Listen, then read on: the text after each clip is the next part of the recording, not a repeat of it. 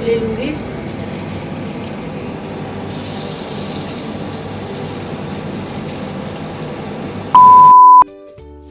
Hello साथीहरू, आज म मेरो एकजना इन्डियन दिदीसँग मिलेर मगरी परिकार बारा यानि कि बटुक बनाउन गइरहेको छु।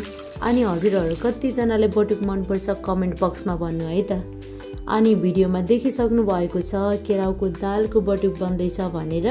अनि के साथीहरू, गाउँघरमा चाहिँ हामीले ढिकीमा कुटेर बटुक बनाउँछौँ भने अब यहाँ त ढिकी छैन, तर बटुक खाने रहर गर्नुभएछ अनि थोरै पोर्सनमा बनाउनु भएछ भने यसरी मिक्सचरको प्रयोग गरेर पनि बनाउन सक्नुहुन्छ है त। हामीले चाहिँ 4-5 घन्टा भिजाएर राखेको दाललाई मजाले वास गरेर यसरी यत्तिको पेस्ट बनायो साथीहरू। अनि यो पेस्ट चाहिँ यत्तिको चाहिँ बन्नुपर्छ साथीहरू। नर्मली गाउँघरमा भोजभतेरको लागि ठुलो पोर्सनमा बारा बनाउँदा स्वादको लागि नुन र कलरको लागि बेसार मात्र युज गरेर बनाउँछौँ। मलाई यसरी नै नुन र बेसार मात्र प्रयोग गरेर बनाएको बटुक एकदमै मनपर्छ, तर आज चाहिँ अलि बढी स्वाद राखेर बनाउँदैछौँ, जसमा नुन, अदुवा, लसुन र खुर्सानी एड गरेका छौँ साथीहरू। अनि हजुरहरूलाई जे स्वाद मनपर्छ त्यही स्वाद एड गर्दा हुन्छ है त।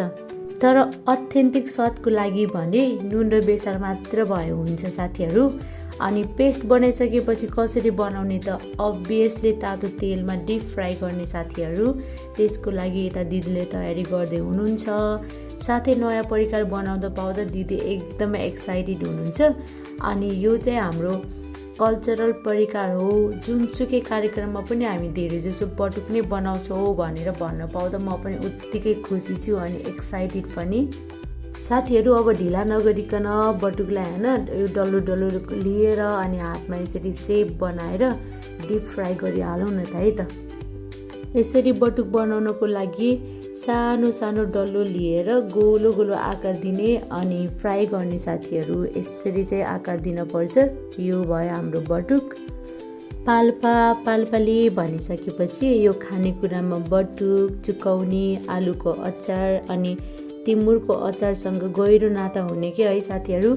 जति खायो उति मिठो अनि उति स्वादिष्ट। साँच्चै नदाटिकन भन्नु त साथीहरू, हजुरहरूलाई कतिको मनपर्छ।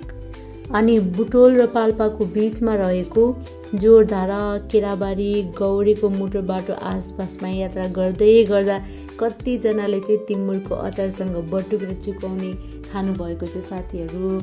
अनि पक्कै पनि खानुभएको छ। अनि साथसाथै घरमा फ्यामिलीको लागि पनि पोकापोकी बोकेर पक्कै जानुभएको छ साथीहरू। अनि हजुरहरूले चाहिँ त्यो ठाउँको होइन खानाहरू कतिको मिस गरिरहनु भएको छ।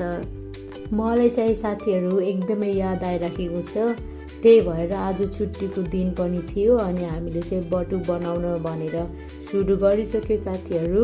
अनि हाम्रो बटुक चाहिँ यस्तो बन्दैछ, एकदमै राम्रो बन्दैछ। अनि दिदीले पनि बनाउन सिक्दै हुनुहुन्छ साथीहरू।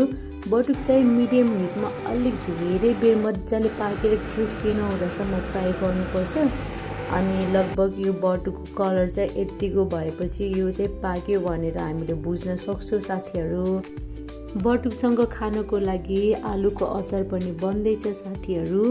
आजको लागि भिडियो यति नै। So thank you so much for watching.